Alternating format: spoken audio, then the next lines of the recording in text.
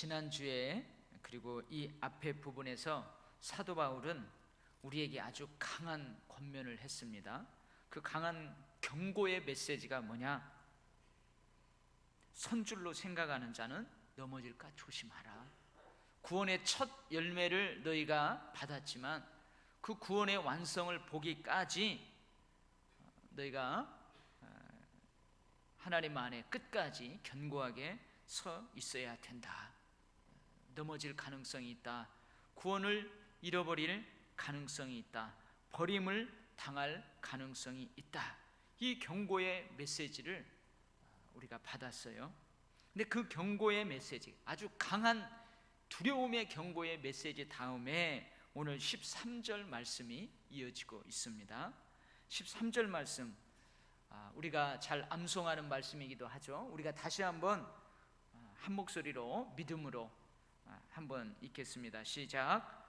사람이 감당할 시험 밖에는 너희가 당한 것이 없나니 오직 하나님은 미쁘사 너희가 감당하지 못할 시험 당함을 허락하지 아니하시고 시험 당할 쯤에 또한 피할 길을 내사 너희로 능히 감당하게 하시느니라. 여러분, 이 강한 두렵고 떨림으로 이 구원을 완성해 가야 되는 이 강한 경고의 메시지로 구원의 확신이 없이 근심할 필요가 없다는 것입니다. 신실하신 하나님께서, 여기는 성경에서는 미쁘사 그렇게 되어 있는데 아주 신실하신 하나님께서 우리의 약함을 잘 알고 있어요. 우리는 쉽게 유혹에 노출될 가능성이 많고 우리는 한계가 있고 우리는 약해요. 이것을 하나님이 잘 아시고 피할 길을 예비해 주신다. 그러니까 무슨 말이에요? 강한 경고의 메시지가 있지만 그 강한 경고의 메시지로 근심할 필요가 없다는 거예요. 왜요? 하나님께서 우리의 약함을 아시고 우리의 한계를 아시고 우리를 지켜주시기 때문에 그렇다. 이것을 사도 바울이 다시 한번 강조하는 말씀입니다. 그러니까 여러분, 두려워하지 마시기 바랍니다. 구원의 확신이 흔들리면 안 돼요. 두려워하면 안 돼요. 여러분, 한번 물어볼게요. 여러분이 구원의 확신이 있어요. 구원의 확신을 가지고 살아가요. 나는 지금 죽어도 하나님의 것입니다. 나는 지금 죽어도 하나님의 백성입니다. 하나님 나라의 시민권자입니다. 구원의 확신이 있어요. 근데 이러한 구원의 확신을 가지고 여러분이 남은 삶을 살아갈 때에 이런 구원의 확신이 있다고 해가지고 여러분 고난이 없어요? 아니에요. 구원의 확신이 있어도 고난이 있습니다. 여러분, 구원의 확신이 있어요. 그럼에도 불구하고 우리에게 시험은 다가옵니다. 시험은 있어요.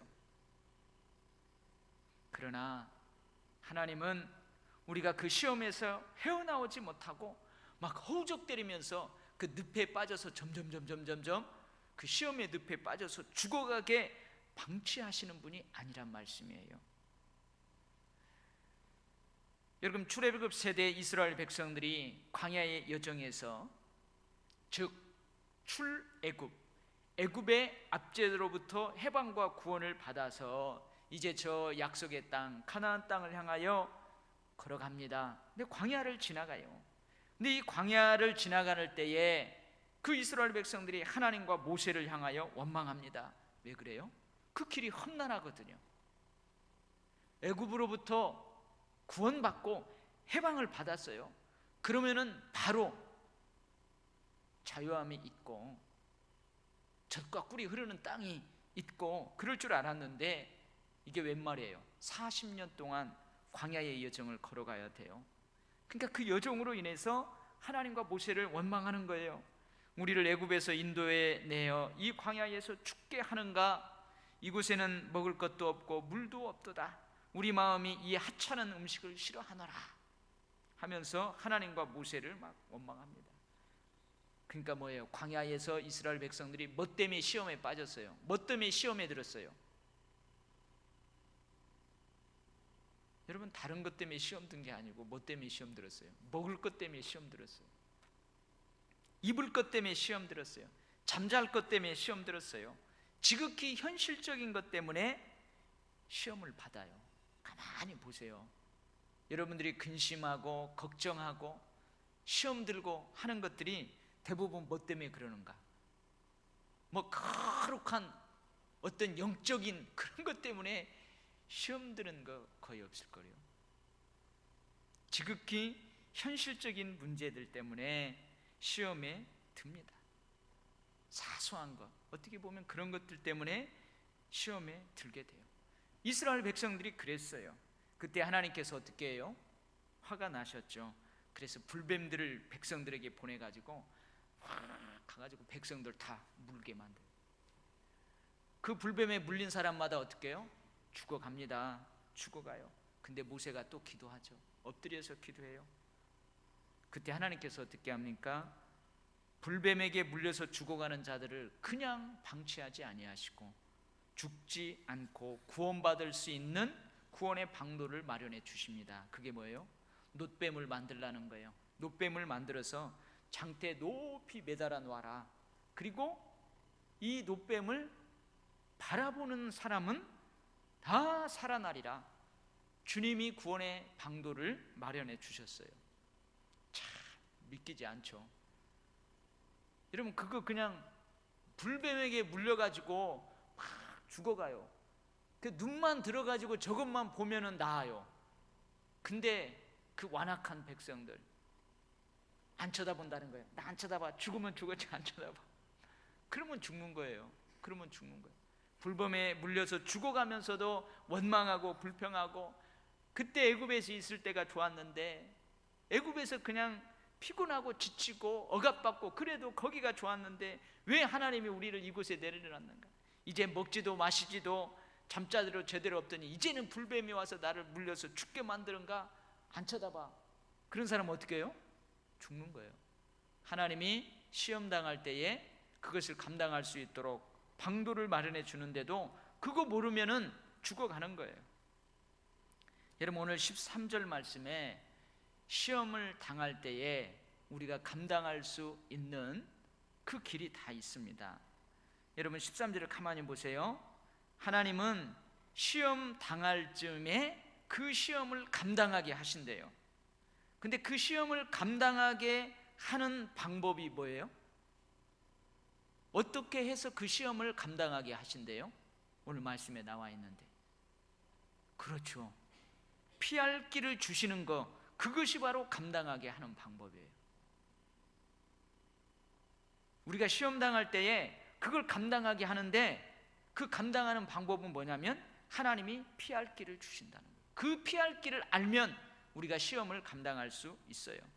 제가 언젠가 한번 이 강단에서 하나님께서 그 피할 길을 주시는데 한 3가지로 주신다고 한번 여러분에게 설교한 적이 있습니다. 첫 번째는 어떻게 해요? 돌아가게 하십니다.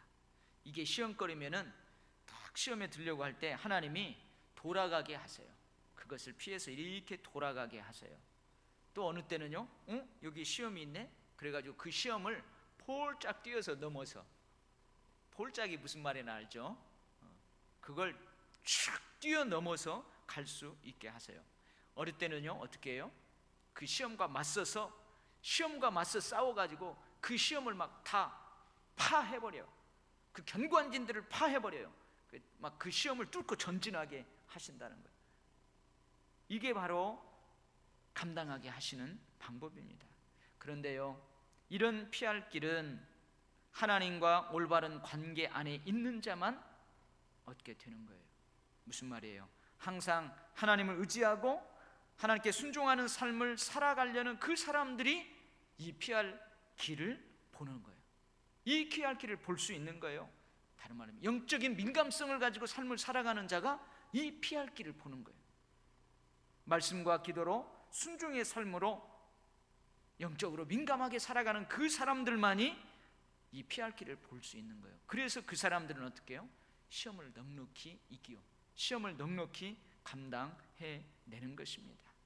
사랑하는 성도 여러분, 분명히 우리가 어려움 당할 즈음에 하나님이 감당하게 그 방도를 마련해 주십니다. 우리도 늘 영적 민감성을 가지고 하나님을 의지하고 하나님께 순종하는 삶을 살아가는, 말씀과 기도와 순종의 삶을 살아가려고 하는, 그래서 그 길을 봄으로 넉넉히 감당하는 우리들이 되기를 바랍니다. 그 다음에는 이제 14절부터 22절 말씀까지예요. 14절부터 22절 말씀까지는 무슨 말이냐면, 내 사랑하는 자들아 우상 숭배하는 일을 피하라, 그 말이에요.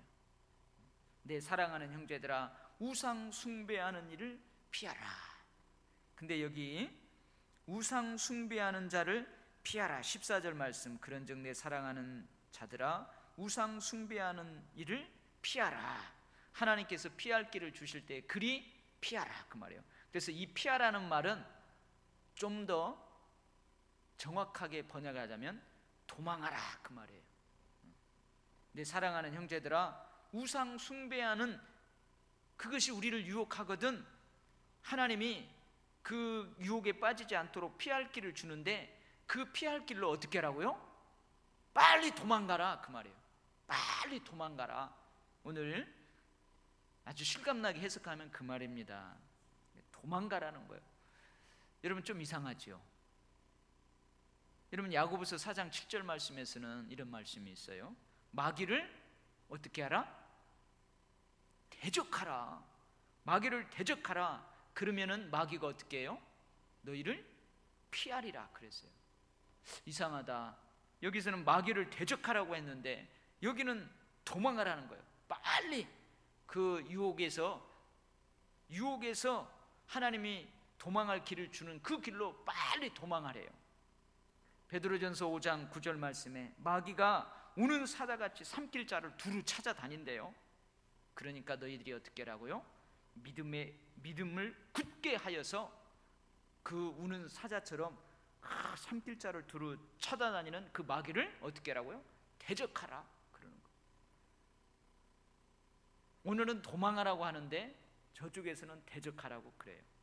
이것을 잘 분별해야 됩니다. 분별해야 돼요. 우리가 어느 때에 맞서 대적해야 되고 어느 때에 빨리 도망가야 되고 이것을 잘 분별해야 됩니다. 무조건 도망가는 게 능사가 아니고 무조건 대적하는 게 능사가 아니에요. 어떤 때는 도망가야 돼요. 어떤 때는 바람이 싹 불면은요 그 바람을 쫙 피워서 엎드려야 될 때가 있어요. 어떤 때는 그것을 맞서야 되는 때가 있어요. 이것을 잘 분별하는 지혜가 우리에게 필요합니다. 아멘. 이걸 잘 분별해야 돼요. 근데 오늘 어쨌든 도망하라는 거예요. 여기서 우상 숭배하는 일은 뭐냐? 여러분 고린도 교회에 강한 자들이 있다고 그랬죠. 강한 자들이 있다고 그랬어요. 그래서 이 사람들은 이제 우리가 예수 그리스도의 십자가를 받아들임으로 구원받았어요.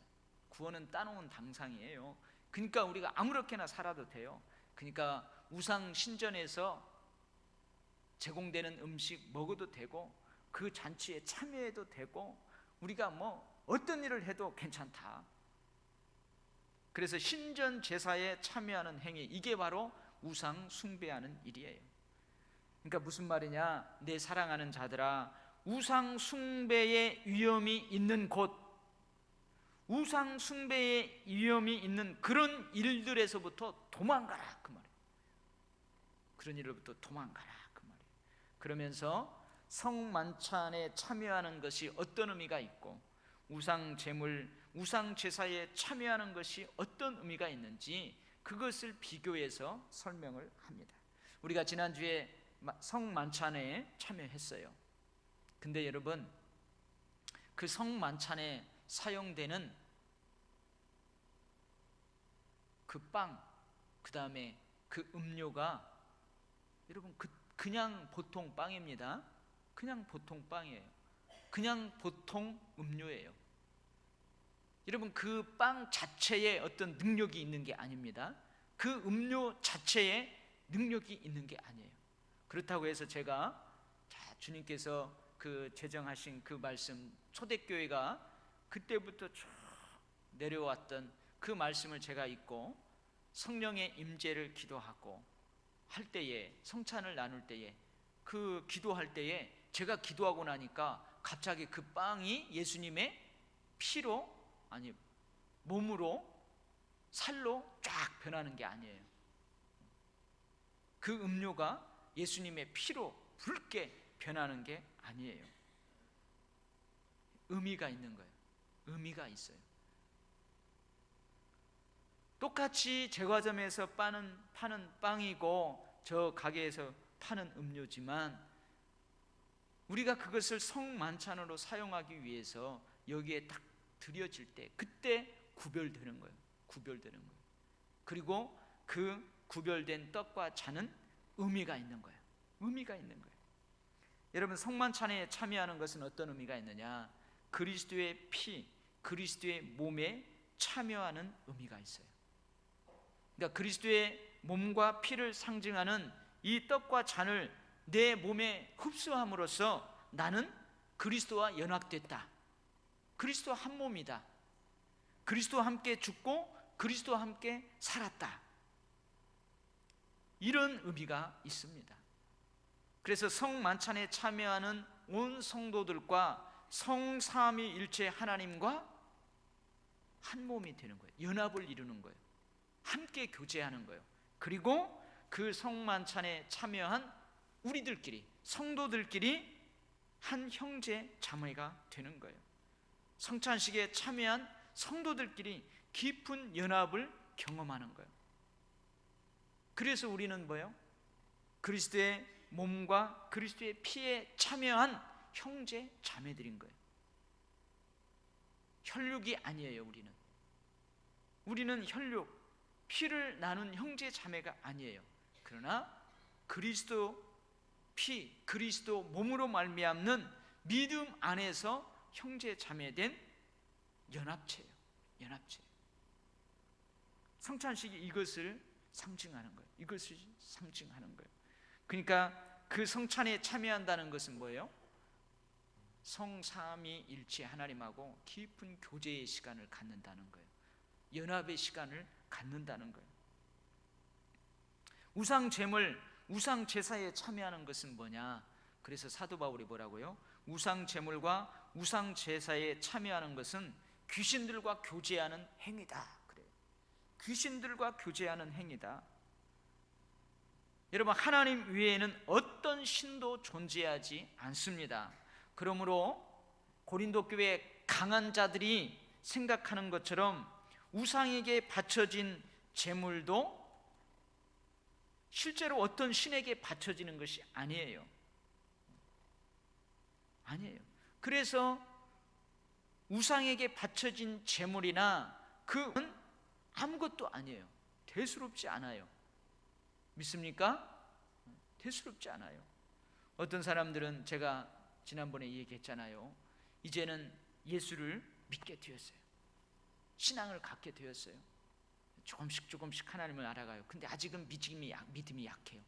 그래서 예전에 자기 집에 사다 놨던 부적, 자기 집에 놓았던 그 우상단지들, 그거 아직도 못 손대요. 근데 우리는 아무것도 아니라는 것을 알아요. 그 우상 자체는 아무것도 아니에요. 그저 사람이 만든 목석에 불과한 거예요. 그러니까 그 우상 앞에 드려진 제물도 어떤 신에게 바친 것이 아니에요. 그러니까 그 음식이 더럽혀진다거나 뭐 귀신이 와가지고 그 맛있는 것만 쏙 빼먹어가지고 그 우상에 바쳐진 제물은 맛이 하나도 없거나 그러지 않아요. 맛도 그대로 있고 그대로 있어요. 여러분, 우리가 성찬식 때에 그 빵, 음료를 여러분 주님의 피와 몸을 상징하는 걸로 사용할 때 그 맛이에요. 구별하기 전 그 맛이고 기도하기 전 그 맛이에요. 똑같아요. 우상 자체는 아무것도 아니에요. 그저 사람이 만든 목석에 불과한 것뿐이에요. 근데 성령께서 우리 가운데 임재하심으로 우리가 그것을 그리스도의 몸과 그리스도의 피를 상징하는 성물로 받게 하는 거예요. 받게 하는 거예요. 거기에 그런 의미를 담아 그러한 성물로 받게 하는 거예요. 여러분, 우상 자체는 아무것도 아니에요. 그 우상의 앞에 드린 그 제물도 뭐 이상이 있는 게 아니에요. 근데 왜 사도 바울은 그 우상 제사에 참여하는 것, 우상에게 바쳐진 제물을 먹는 것, 그 행위를 귀신들과 교제하는 행위라고 하는 걸까? 왜 귀신들과 교제하는 행위라고 하는 걸까? 우상 자체는 아무것도 아닌데. 여러분 잘 들으셔야 됩니다. 왜 그러냐면 귀신은, 사탄은 그 우상을 이용하기 때문에 그래요.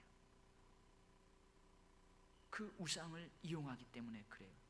그래서 내가 언젠 그랬죠. 축복의 통로가 있는 것처럼 귀신이, 사탄이 우리의 마음과 생각을 사로잡는 그 통로가 있어요. 그 길이 있다는 거예요. 그것을 이용해요. 뭘 이용하는 줄 아세요? 죄라는 것을 이용해요. 죄. 여러분, 사람들이 양심이 있는 사람들이라면 자기가 큰 죄를 지었으면요, 그게 하나님이든 아니면 자기가 죄를 지은 그 대상이든 그 죄에 대한 강한 죄책감을 느껴요. 그리고 죄에 대해서 두려워하는 거예요. 그 죄의 결과에 대해서 두려워하는 거예요. 그래서 여러분, 누군가에게 내가 큰 잘못을 했어요. 그러면 저녁에 어떻게 해요? 막 가위 눌리는 꿈 꾸고 그러잖아요. 그 강한 죄책감을 사탄이 이용하는 거예요. 여러분들을 사로잡기 위해서 그 강한 죄책감을 사용하는 거예요. 여러분들에게 상한 감정이 해결되지 않고 있으면 그 상한 감정을 이용합니다. 예를 들면 내 마음에 막 미움이 있어요. 막 미움이 있어. 그 사람을 생각하면은 도저히 용서할 수 없고 막 미워, 막 증오스럽고 막 그런 마음이 있어요. 그래가지고 실제로 그 사람이 없는데 그 미운 사람, 내가 증오하는 그 사람 생각만 해도 막 갑자기 얼굴이 붉어놓게 되고 막 혈압이 올라가고 마음이 막 불안하고, 그때 어떻게 해요? 사탄이 그걸 사용하는 거예요. 그 감정을, 상한 감정을 사용하는 거예요. 해결되지 않은 그 상한 감정을 사용하는 거예요. 여러분, 내 마음에 불신, 원망 이런 것들을 해결하지 않고 가지고 있으면은 그것을 통로로 삼아 가지고 귀신이, 사탄이 우리의 마음과 생각을 사로잡는 거예요. 이런 사람들은요, 영이 망가지고 육신이 망가져요. 병원에 가서 엑스레이를 찍어도, 병원에 가서 진맥을 해봐도, 병원에 가서 검사를 다 해봐도 아무 이상이 없다고 하는데 자꾸 몸에 이상이 있고 아파요. 그럴 가능성이 있다는 거예요. 여러분, 사탄은 문화를 사용합니다. 거짓된 문화. 그래서 여러분, 딱 봤을 때 그 사탄이 좋아할 만한 그 문화들에 우리가 노출하면 안 된다는 거죠.